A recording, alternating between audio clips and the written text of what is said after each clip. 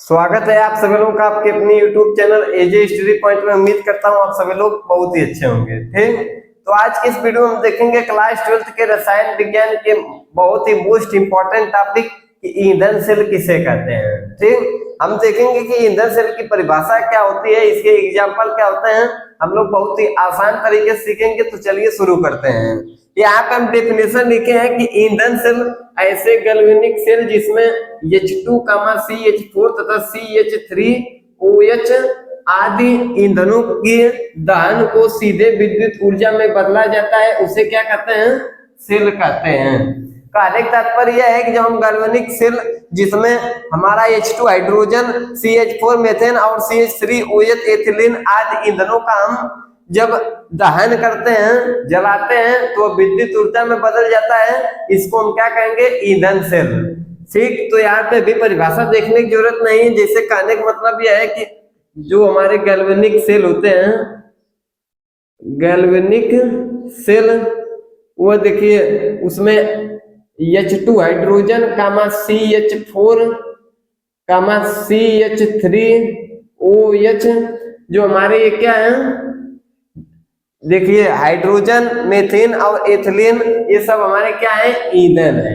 ठीक, ये हमारे क्या है, ईंधन है। और जब हम ईंधनों का दहन करते हैं, दहन करने का तात्पर्य ही है जलाना। ठीक, जब हम CH4H2 CH3OH ईंधन का जब हम यहाँ पे दहन करते हैं तो हमारा क्या किसमें बदल जाता है, विद्युत ऊर्जा में, विद्युत ऊर्जा में। ठीक, कहने का तात्पर्य यह है कि जब भी हम किसी रासायनिक गैल्वेनिक सेल में H2O, CH4, CH3OH या अन्य किसी का जो हम ईंधन का दहन करेंगे तो वो सीधे सीधे किसमें बदल जाएगा, विद्युत ऊर्जा में। और यह ईंधन सेल की क्या है, परिभाषा है। ठीक, उम्मीद करता हूं आप लोग समझ गए होंगे। अब हम देखेंगे कि इसमें हम कुछ नोट में दो बातें लिखे हैं। ठीक, जो हमारे ईंधन सेल होते हैं उनमें इलेक्ट्रोड, ठीक, उनमें जो हमारे इलेक्ट्रोड होते हैं छिद्रित कार्बन में पीडी तथा छिद्रित कार्बन में पीडी तथा लेड धातु, यहाँ पे लिखना भूल गए हैं, पीडी तथा लेड धातु।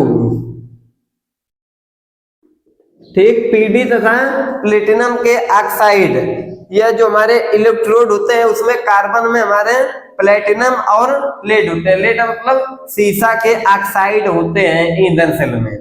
पहले उम्मीद करता हूं आप लोग समझ गए होंगे जो हमारे छिद्रित में लेड और प्लेटिनम के ऑक्साइड होते हैं ईंधन सेल में। और यहाँ पे हमारा दूसरा पॉइंट कहता है कि पॉइंट नंबर 2, विद्युत अपघट्ट, जो हमारे विद्युत अपघट्ट होते हैं NaOH तथा KOH के विद्युत अपघट्ट के जलीय विलयन हमारे ईंधन सेल में पाए जाते हैं। ठीक, यहाँ पे देखिए NaOH नाइट्रस ऑक्साइड और पोटेशियम ऑक्साइड के विद्युत अपघट्ट का जलीय विलयन हमारे ईंधन सेल में पाया जाता है। यह बहुत ही मोस्ट इंपॉर्टेंट टॉपिक है। उम्मीद करता हूं आप लोग समझ गए होंगे कि ईंधन सेल किसे कहते हैं।